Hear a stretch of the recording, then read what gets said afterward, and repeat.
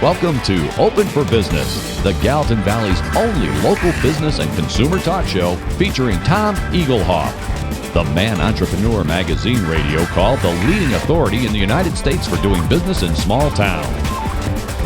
Here he is, speaker, author, small business consultant, and Mrs. Eaglehoff's favorite son, Tom Eaglehoff. All right, welcome everyone. Open for Business. We air every Saturday live from 11 a.m. to 2 p.m. Mountain Time on AM 1450 KMMS in Bozeman, 1340 KPRK in Livingston, Montana. If you'd like to be a part of the big broadcast, go to kmmsam.com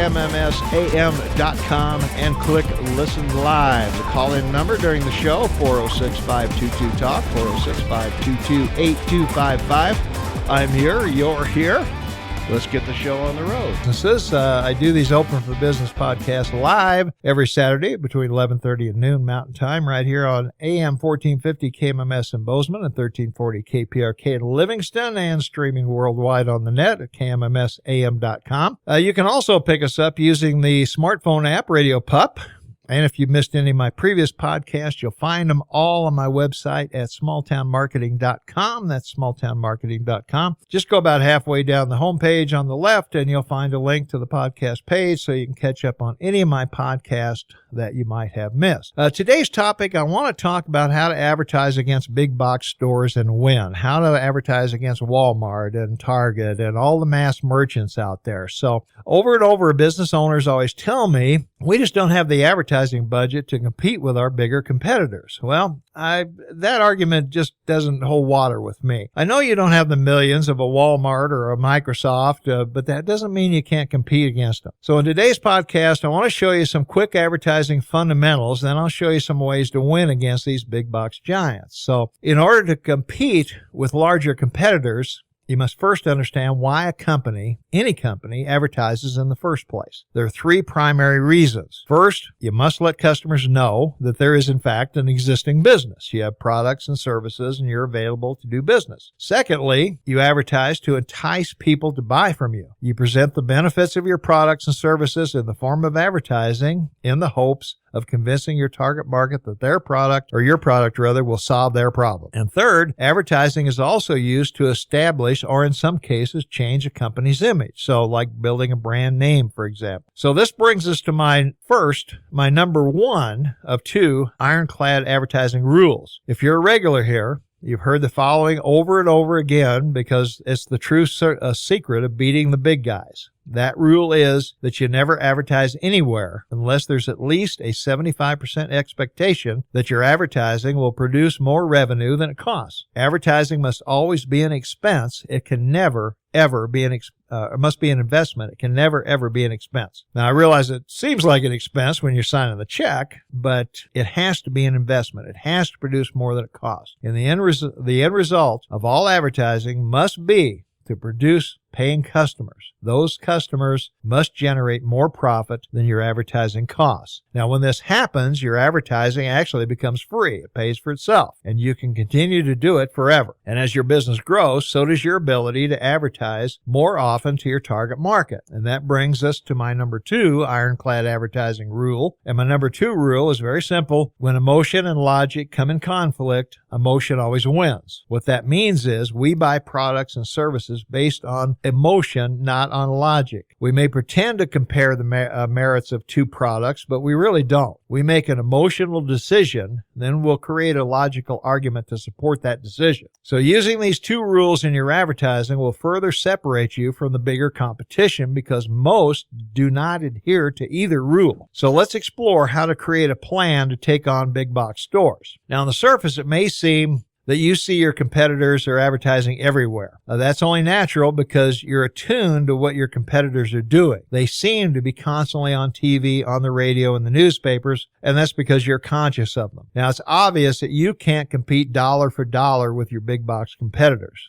The good news is you don't have to. Simple truth is that most big box advertising never really reaches their target market. A large portion of their ad budget is wasted, and the cost of advertising to produce a customer is higher for them than it will be for you. So in short, if your advertising is in sync with my ironclad rules, you can compete with anyone. You can't match them dollar for dollar every day, but you can match them over a weekend or an afternoon. Now let's look at an advertising plan that works. Let's create a plan to beat the big box stores. So as I mentioned earlier, most large companies advertise inefficiently. They do national advertising that doesn't account for the diversity and the culture of individual small towns and rural communities. You, on the other hand, have the ability to direct your advertising to your local target market. Major advertisers will also reach this market, but not with the same hometown flavor you can. For example, your ads might contain testimonials from local shoppers or high-profile local residents. Those carry a lot of weight with local shoppers. Most small town shoppers prefer to support local merchants whenever they can.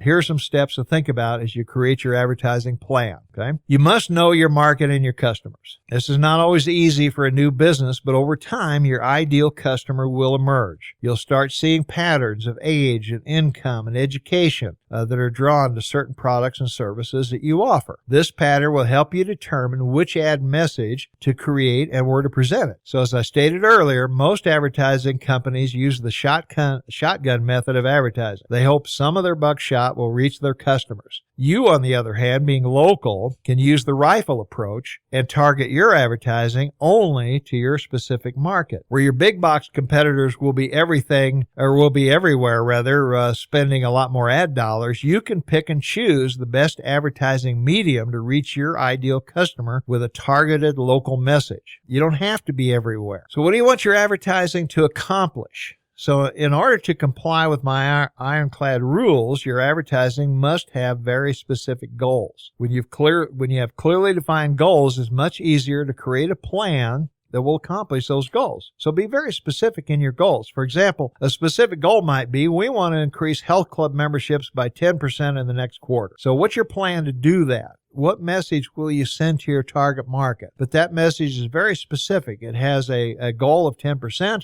It has a time limit in the next quarter and moving on from there. So let's talk about creating an advertising budget. It may be several $1,000s or as little as $25 a week. Whatever the amount, create a budget and stick to it as much as possible. Internet advertising on Facebook, Twitter, LinkedIn can be very cost effective, and you can control how much you want to spend by day, week, or month. It's also a very inexpensive way to test advertising before rolling it out to the general public. So some months you might do less advertising, other months you might do more, but at the end of the year, you should be within that budget. So one of the most popular ways to control your ad budget is a percentage of anticipated sales. You assume your plan will work and the business will grow. You spend a percentage of sales you expect the advertising to create. You start slow and you test what's working and what's not. So don't bankrupt your company on your first ad campaign. Over time, you'll learn what works and what doesn't. You have to be creative to attract your customers' attention. We're exposed to 4,500 ad messages every day. So it's an art to come up with something that stands out. So to many people, this means funny commercials. Don't try to be humorous in your advertising. Be memorable. But there are creative ways to get your message out there. Ask your employees or your friends or customers for suggestions on how they see your business. What's the main reason they do business with you? This simple message must come across in your advertising. So you may be surprised at how they see both you and your business. And of course, choosing the right advertising medium is critical. So in order for advertising to be an investment, it must reach the right people, your target market, your ideal customer, with an emotional message that is going to make them act in some fashion. Do your research and make sure you know whom you're trying to reach and the best advertising method to reach them. The more effective you are at identifying your ideal customer, the less your advertising will cost per customer. You can actually end up spending less and producing more than your big box competitor. So don't get discouraged. This is probably a new venture for you, and it takes time to get it right. So if your plan doesn't seem to be working, don't give up. Try and evaluate what happens. Learn from your mistakes. Ask customers if they saw or heard your ad. Rome wasn't built in a day, and few successful businesses were built on their first ad strategy. So keep in mind